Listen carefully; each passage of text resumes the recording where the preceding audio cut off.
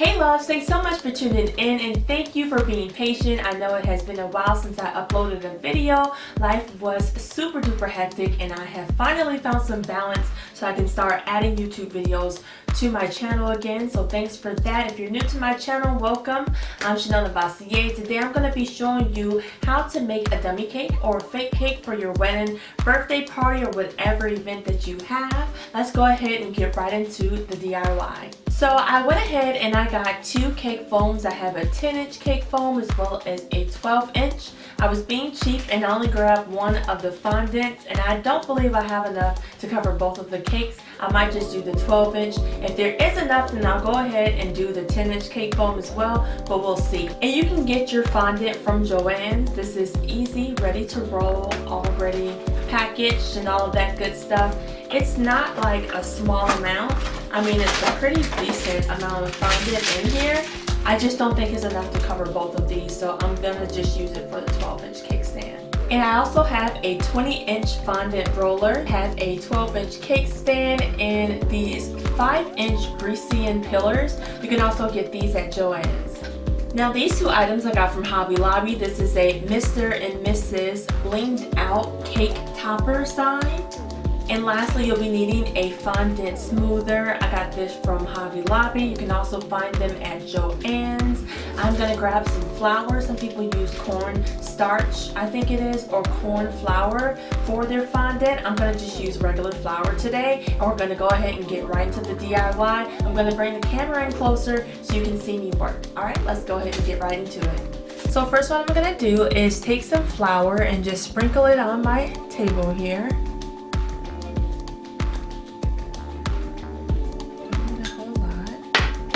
And then I'm going to open up my fondant.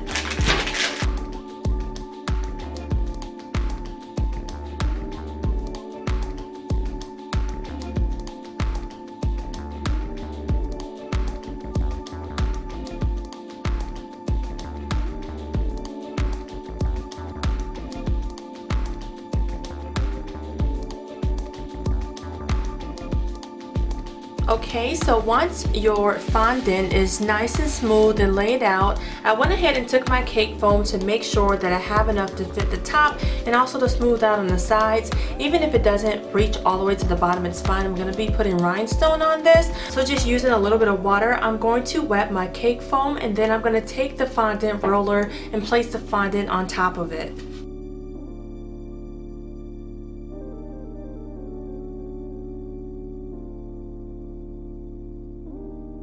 I'm going to take my Fondant Smoother and just smooth it out. So I'm going to take my cake stand, and I went ahead and I put the legs inside of the cake stand, and I'm going to place my cake on top of here so I can work better with it. So next I'm going to take my Fondant Smoother and I'm going to smooth the whole cake out. You want to make sure you get rid of any bubbles or any indentations, okay?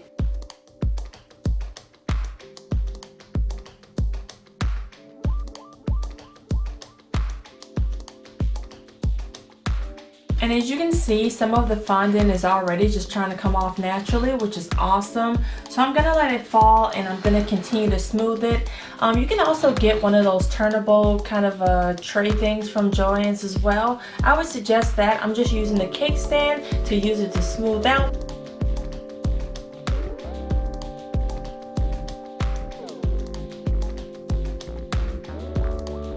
So I'm just going to take my Fondant Smoother and take one final smoothing out of the cake and make sure that all the indentations and bubbles are gone as much as possible. Then we're going to add our diamond wrap in our cake topper. I'm going to keep it pretty simple for this DIY today, alright?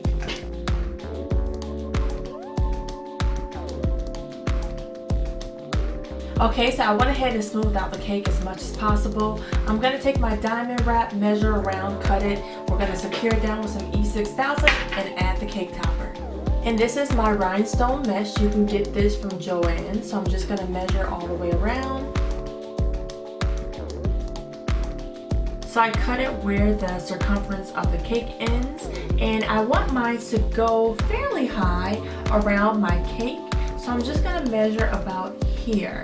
And then I'm going to cut it out and we're going to glue it down with some E6000.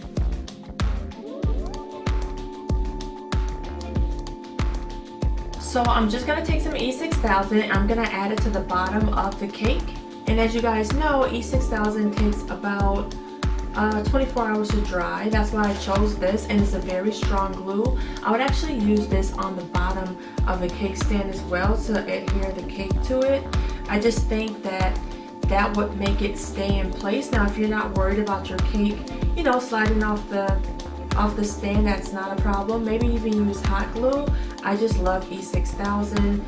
If you have that on anything, it's not going anywhere. So I'm gonna just add this all the way around the cake and then add the rhinestones.